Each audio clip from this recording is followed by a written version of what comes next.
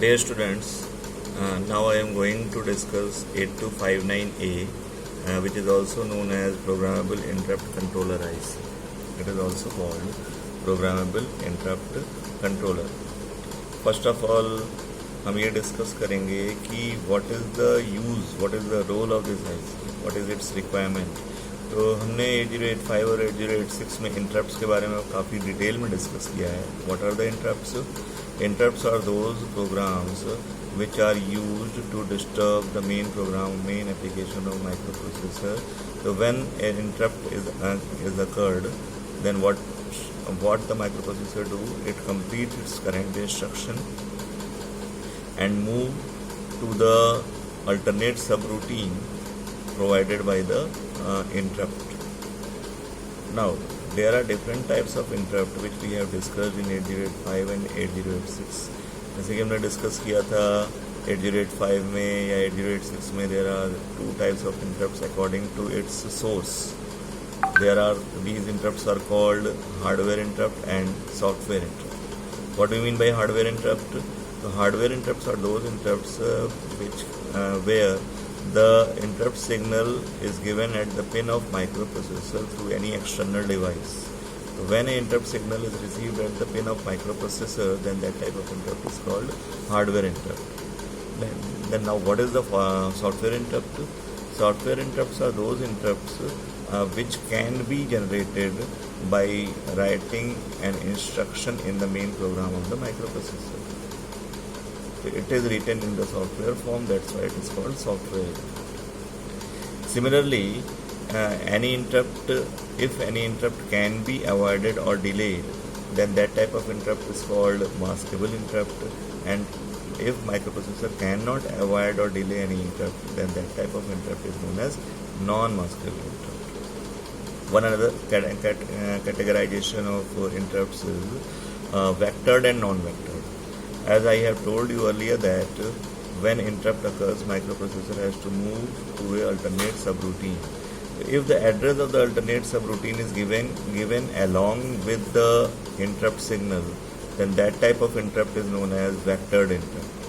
Otherwise, if the address is not given along with the interrupt signal, then that type of interrupt is known as non-vectored interrupt. So all these things we have discussed earlier. Now, what is the use of 8259? What is the use of 8259? So, as in 8085, we can see that there are only 5 hardware interrupts. Out of these 5 hardware interrupts, 4 are vectored and 1 is non-vectored. If we have to process more than 5 interrupts, it is not possible alone in the 8085. Then what should we do? So alternate provision for processing interrupts is provided with this IC, which is known as Programmable Interrupt Controller. It is known as Programmable Interrupt Controller. Using this IC, this IC can be used with 8085, 8086, and 8088. Okay. So this IC has the capability to manage 8 interrupts according to the instruction written in its control word register. It can manage 8 interrupts. And how it can manage? It manage it according to the instructions written in its control word register. And one more feature of this IC is that which I will discuss in detail later on, is that these ICs can be connected in cascade form. What do you mean by cascade connection? In cascade connection, suppose that 2 systems are connected in cascade, it means output of one system is connected to the input of another system.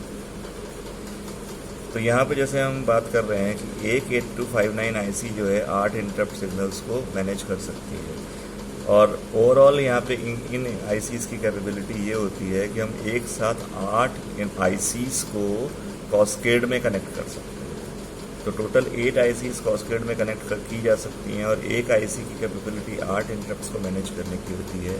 It means with the help of 8259 system, we can manage overall 64 interrupts using the cascading of these ICs.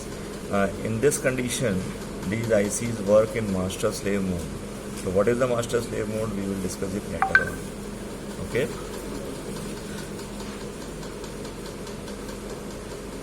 Here these 8 interrupts can be managed with the help of different varieties of modes which are given here, like fully nested mode or automatic rotation mode, etc., which we have to discuss later on. One thing more very important which I would like to tell you that here this IC has the capability to mask each interrupt request individually. There are 8 separate interrupt requests, and each interrupts can be masked individually within this IC. This IC has the capability. Similarly, this IC has the capability to read the status of pending interrupts. Suppose that one interrupt is processing, then how many interrupts are in the pending condition. It can be read. How many interrupts are in service interrupts, and how many interrupts are masked. It has the capability to read or provide data about these details. This IC has also the capability to accept either level triggered or edge triggered interrupt request. What do you mean by level triggering or edge triggering? I have discussed this earlier also. Level triggering means the